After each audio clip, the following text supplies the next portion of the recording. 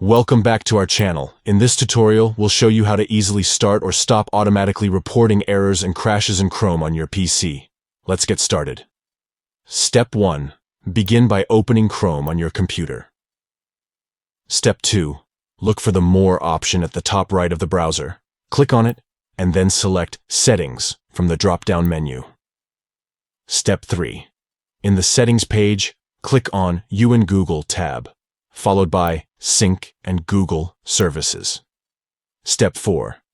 Finally, locate the option that says Help improve Chrome's features and performance. You can turn this feature on or off according to your preference.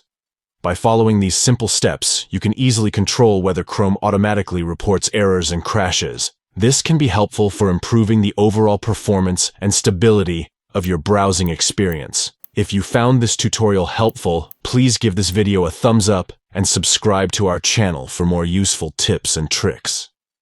Thanks for watching.